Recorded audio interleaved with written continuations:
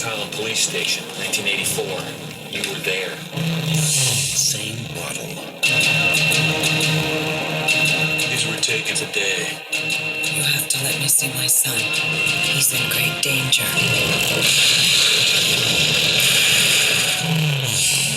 Mission. Once he was programmed to destroy the future. You don't know what it's like to try to kill one of these things. Now his mission Get down. is to protect it. Come with me if you want to live. You're really real. His loyalty is to a child. Who sent you? You did. 35 years from now. And his enemy He's a Terminator like you, right? Not like me. is the deadliest machine ever built. Can it be destroyed? Unknown. This time, there are two. Terminator 2. You just can't go around killing people. Why? If you thought you had seen it all, look again. Stay down! Go! Now! We gotta stick together!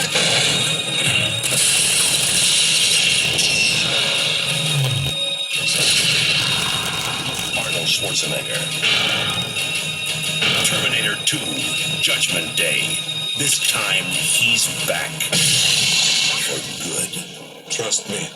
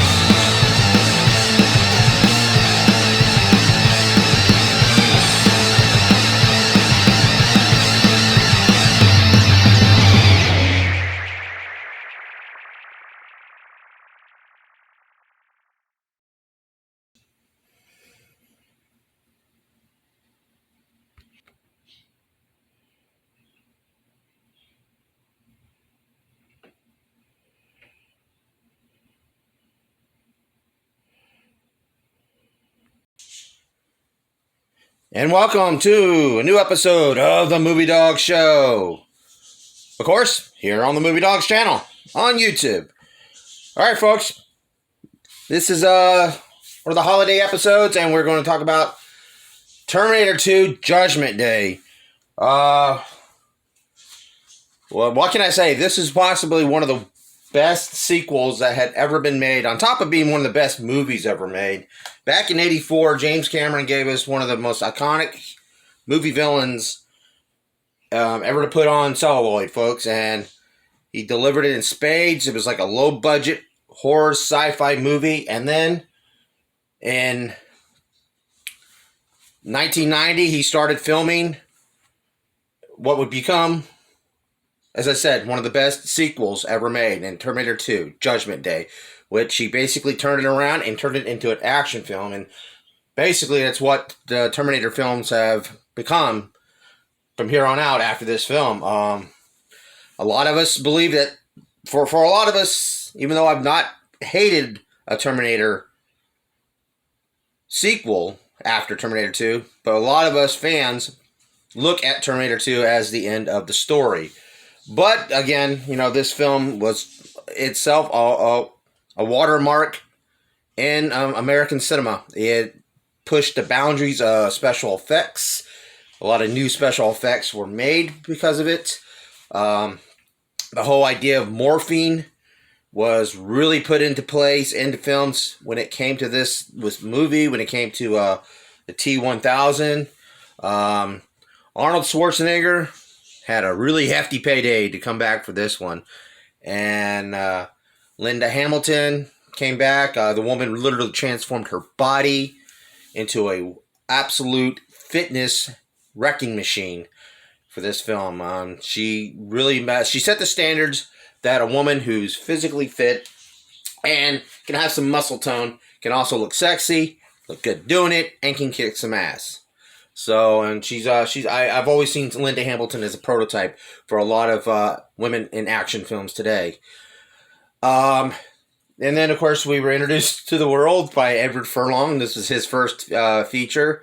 Of course, everybody knows the story about Edward Furlong and all that stuff, so we're not going to dive too much into this. But I can remember seeing on Entertainment Tonight, seeing the announcement that this was going to be coming out, and a lot of sequels that around that time had become somewhat generic, especially when it came to maybe what was considered horror films and stuff like that.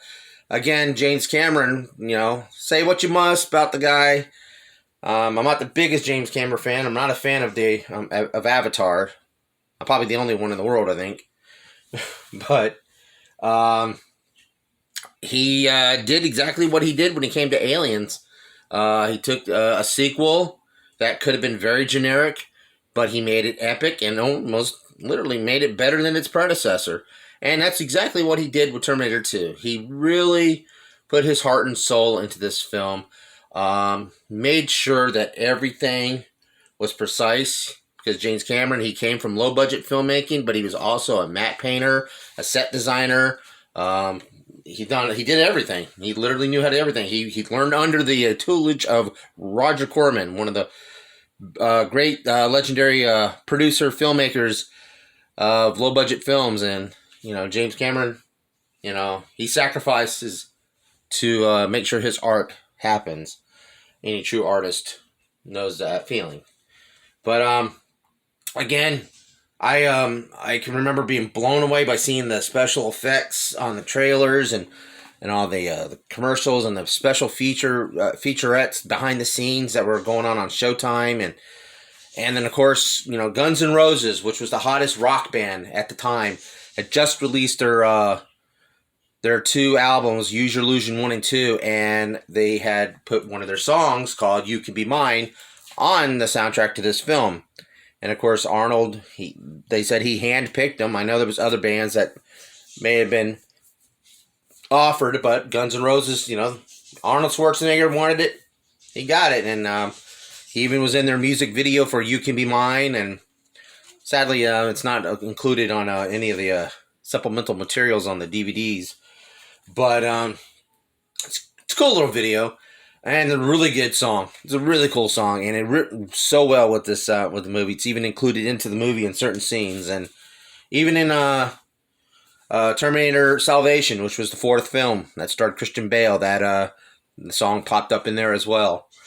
Again, with the special effects, again, they did practical and CGI. And CGI was still, it wasn't in its infancy, but it still wasn't as popular and mainstream as it is today.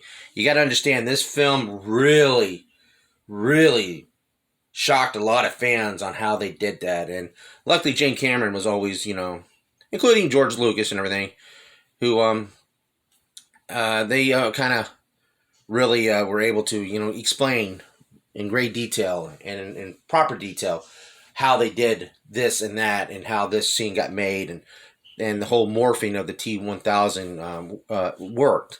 Again, Stan Winston the late great Stan Winston. How the man was such a wizard when it came to special effects and practical effects.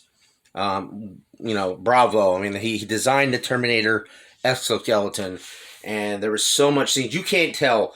I mean, you really cannot tell whether or not that backdrop is model sets being projected off a rear projector screen, and what's the actual FX props that's in front of the camera, in front of the screen. You can't tell that. There's barely any blue screen. A lot of it's just rear projector screen. If you look very closely, you can see it, especially in the original film. But it's just, oh man, I'm always, when it comes to the special effects and everything, it looks real, but also it also feels like a model set being used at the same time. But it's still, your perception of it, or your disbelief, what is the word I'm looking for? It's a word I use all the time to the wife and everything when it comes to her watching a movie. Disbelief, whatever. But it works, and it's again,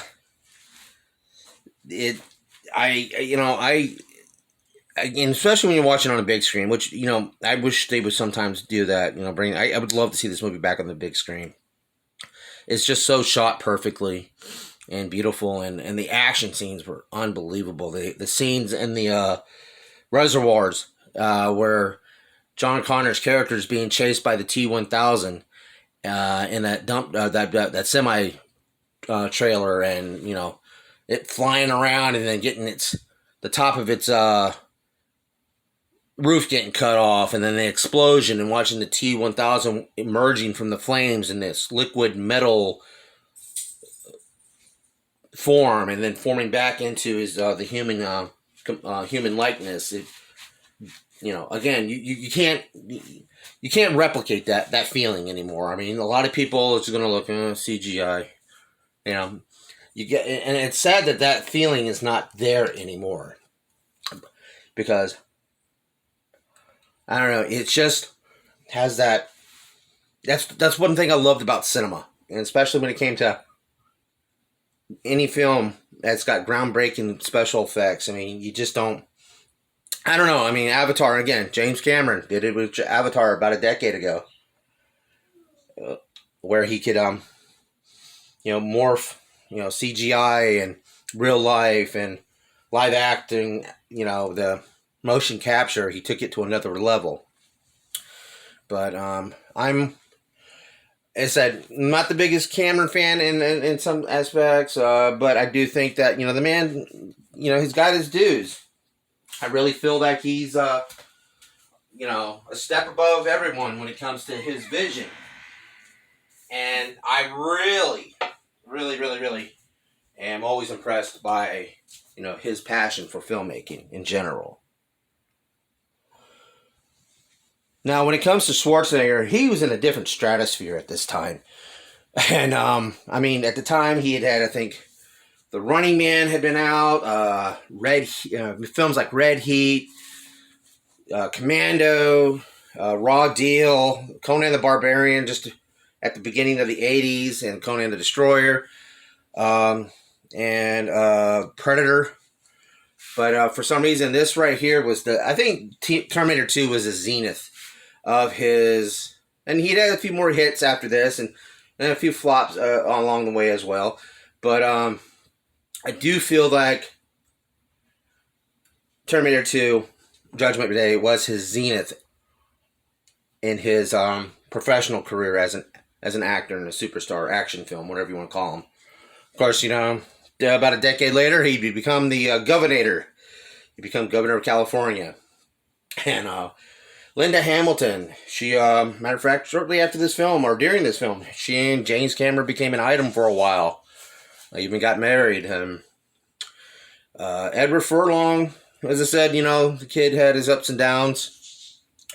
And I would hope that, in today's world, that he has found peace and solitude. But the standout character was the T-1000, played by Robert Patrick, who just I mean, originally people thought, what rumor has it is that Billy Idol was going to originally be considered to play the T-1000.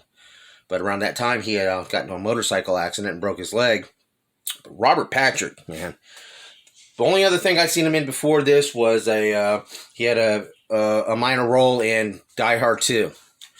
But, man, what can you say? He really just nailed it with this cold ice of a character, which a lot of wrestlers ended up mimicking as the 90s went on. We came to the demeanor of the T-1000, and when it came to, the stuff that he had to do and endure, to get his body into shape, and to the fact that he was a fast sprinter. Some people said that he would be actually almost be moving faster than the camera would be, and they'd have to do a couple takes of him running. And then, of course, he would be endured into a lot of the matte paintings or digital wiring, matte wiring that he had to also endure to, and the digital scanning. So he had to go through a lot in order to really get into the character and to get this character to come to life. And he really delivered it in spades. And I was so impressed by it. And of course, he went on to have a really decent career. And he would end up being on replacing David Duchovny in the last couple seasons of the X-Files as Agent Doggett. And he would go on to star in a few more shows along the way. He did a really great career for himself. When you do buy this on DVD or see it and everything, there's actually a special edition. James Cameron actually went in and did a director's cut. And, I'm sure that you'd be able to get both versions on DVD, Blu-ray, whatever format or streaming service that you choose. And I'd have to say, they're both pretty good. Different endings. The special edition has a much different ending where it is an absolute ending and that everything goes well. Of course, this film leads to hope, but, it also leads off that, there could have been a third film, which James Cameron had planned to make. Sadly, there was a lot of rights issues. The company that produced this film went under. And, of course, the rights issues went up into the air. And, of course, just like when it came to the first film, why there's a 10-year gap or so in between each film, that's the reason why. It's unfortunate that how it happened. But James Cameron a few years later did come back to the Terminator and filmed and directed and helped the Terminator 2 3D ride or attraction that was over at the Universal Parks. He directed all the shots that were inserted into the live action stage performance. He was hands-on with it, making sure that it gets dealt with. I mean, it was going to be kind of a think tank to help push along what would have been his Terminator 3 movie. That sadly didn't happen. He would come back to the Terminator franchise when it came to Terminator Dark Fate that just came out a couple years ago, which brought back Linda Hamilton. There's a lot of mixed feelings about that we all have, but that's another show for another time. But, of course, there was a Terminator 3, Rise of the Machines, Terminator Salvation, Terminator Genesis, Terminator Dark Fate. There was on TV, there was the Terminator Sarah Connor Chronicles, which was a great show. I hated the fact that it got canceled in the middle of a story arc and left on a cliffhanger. But as I said, I've never been disappointed entirely when it came to a Terminator sequel. But this right here is the zenith for most of us true fans. It does end here. I'll continue to watch Terminator movies if they make them.